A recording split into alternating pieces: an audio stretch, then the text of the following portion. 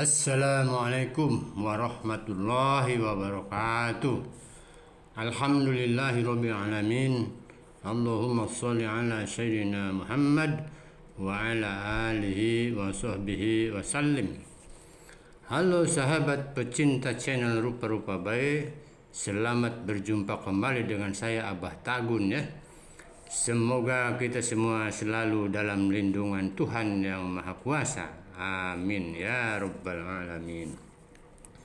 Oke sahabat, kali ini Abah akan menayangkan cara mencangkok cabang atau batang tanaman asam Jawa yang insya Allah akan dijadikan bahan bonsai ya.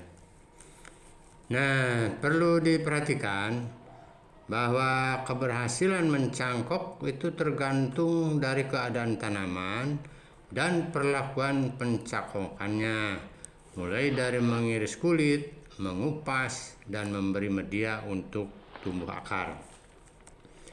Sahabat yang Abah hormati, menurut pengalaman Abah, bahwa daun yang rimbun akan lebih cepat berakar ya dibanding dengan yang tidak rimbun. Selain itu, pengelupasan kulit yang kurang sempurna, terutama pengerokan kambiumnya tidak habis ya, itu akan memperlambat tumbuhnya akar. Malah lama-lama ya atau kelamaan kambium ini akan menjadi kulit baru. Nah, yuk kita simak videonya dan jangan lupa tekan like-nya, subscribe-nya, dan tekan pula tombol loncengnya serta tulis komen ya. Yuk kita lanjut. Nah, sahabat, ini batang ya, atau bisa juga disebut cabang ya, karena pokoknya batangnya di bawah. Ini cabang asam Jawa ya. Abah mulai dengan pengeratan, pemotongan ya. Mengerat, memotong, kerat dengan pisau yang lumayan cukup tajam juga ya. Lalu dibelah, dikupas kulitnya ya. Hati-hati itu kena tangan ya, bisa berdarah tangannya, pisau yang tajam tuh. Nah, ini kulit ini cukup tebal ya, cukup tebal untuk tanaman asam Jawa ini. Kerat sekelilingnya ya. Nah, hati-hati ya. Nah ini, nah, selanjutnya dilakukan pengerokan ya. Pengerokan kambium. Itu kambium itu antara kayu dengan kulit, itu ada yang lendir-lendir, nah itu kambium. Jadi bahan untuk sel-sel yang nanti akan jadi kulit. Jadi kulit juga jadi kayu ya. Nah ini sudah 2 jari nih besarnya nih, besar batangnya lumayan besar. Biasanya kalau yang cukup besar itu ya agak cepat berakar ya daripada yang kecil-kecil. Biasanya begitu kalau pengalaman Abah. Tidak tahu kalau pengalaman sahabat ya, masing-masing pengalaman. Itu kerik terus kerok ya, sampai habis, sampai kayunya ya, sampai kayunya juga boleh terkerok juga, tidak apa-apa. Nah, jadi kalau tidak bersih ini nanti akan lama-lama akan menjadi kulit ya. Jadi menyambungkan zat makanan dari daun ke bawah itu diangkut melalui kulit baru. Jadi akhirnya tidak berakar ya, gagal itu, nyangkok gagal nanti. Nah, pindah ke belakang ke sana untuk mengirisnya. Cukup lumayan besar ini batangnya, dan kulitnya juga cukup alot ya, cukup keras. Nah ini pengerokan, masih pengerokan, lanjut. Jadi sekali lagi ini kambiumnya itu harus habis ya, harus tuntas habis. Kerok, kerik ya, kerok dan kerik sama ya. Nah, pakai pisau saja.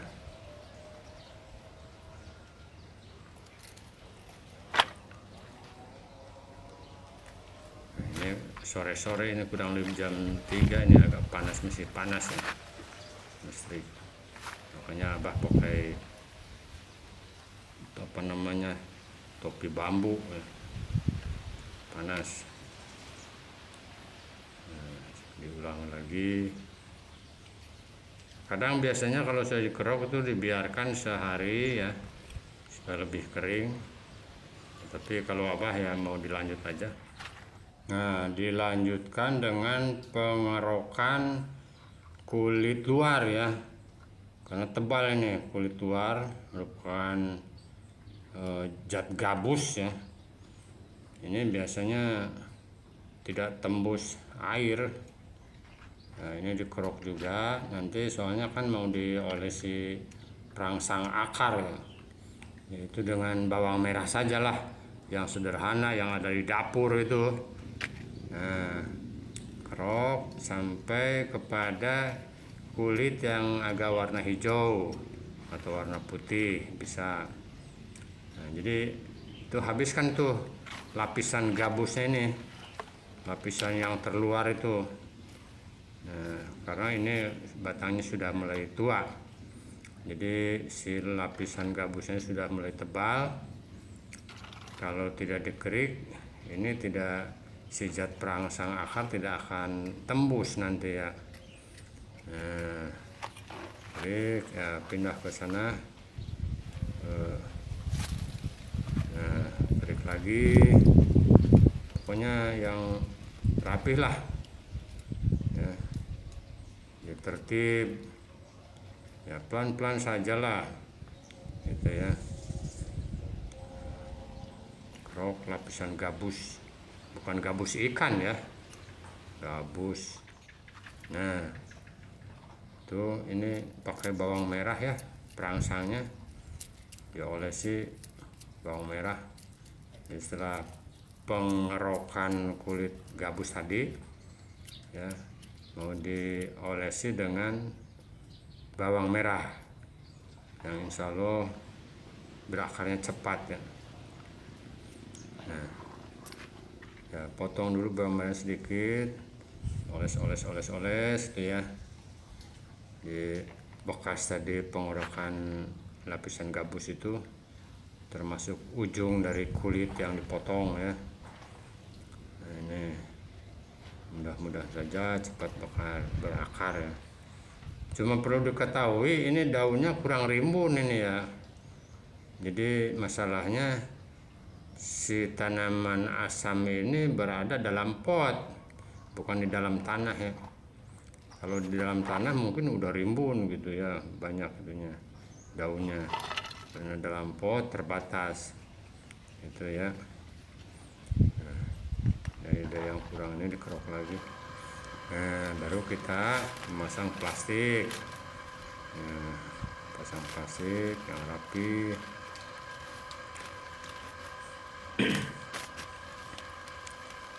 Nah, ujung plastik disatukan, lalu ditusuk dengan lidi ya, lidi yang ujungnya sudah dikasih tajam. Nah, tusuk dengan lidi antara pertemuan sisi plastik tadi. Nah, ya rapilah, jadi bulat plastiknya tuh. Baru ujung plastik sebelah bawah diikat dulu ya. Ini si lidinya digeser ke atas dulu, jangan sampai menghalangi, nanti mau diikat jadi menghalangi.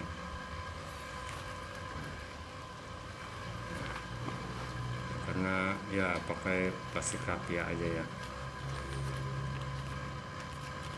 Ikat pakai tali rapia bawahnya ini untuk nanti media tanam ya, tanah.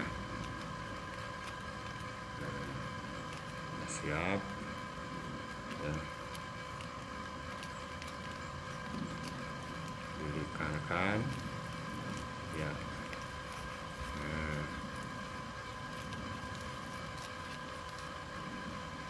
Tarik sedikit supaya kencang ya, tuh. Diikat. Ikatnya kalau bisa jangan ikat mati ya. Jadi ikat kalau ikat yang bisa dibuka lagi nanti. Kalau di saya namanya cangred mulang gitu. Nah, jadi talinya itu namanya cangred mulang. Nah, baru diisi dengan media.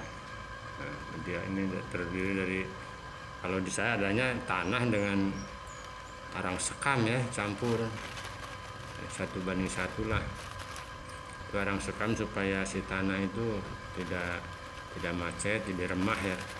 Karena tanah di daerah saya itu banyaknya lempung.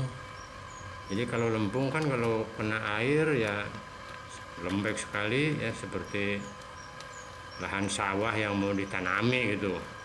Tapi kalau kemarau keras gitu, nah itu lempung tanahnya. Dan kalau umpamanya disiram itu di permukaan atas, permukaan tanah, jadi biasanya kalau tanah lempung itu si air lambat masuk ke dalamnya, jadi tergenang di atas saja. Itu kejelekan dari tanah yang banyak lempungnya. Makanya dicampur dengan arang sekam aja ya, supaya remah dan meresap air juga. Di samping itu kan arang sekam ini bisa menyimpan air juga ya. Nah, apabila dirasa cukup ya tinggal ikat yang atasnya ya, dan cabut itu lidinya, cabut dulu, baru yang bagian atasnya diikat juga dengan tali rapia ya, tali plastik. Nah, jadi tadi si lidi itu sebelum diikat dicabut dulu, baru diikat dengan tali plastik. Nah itu ikat yang cukup kuat ya, jangan kendur-kendur. Nah, ikat, bisa jangan ikat mati ya, supaya nanti bisa dibuka pada saat panen cangkokan. Nah, itu bawahnya sudah, atasnya juga sudah, tengahnya juga perlu ya.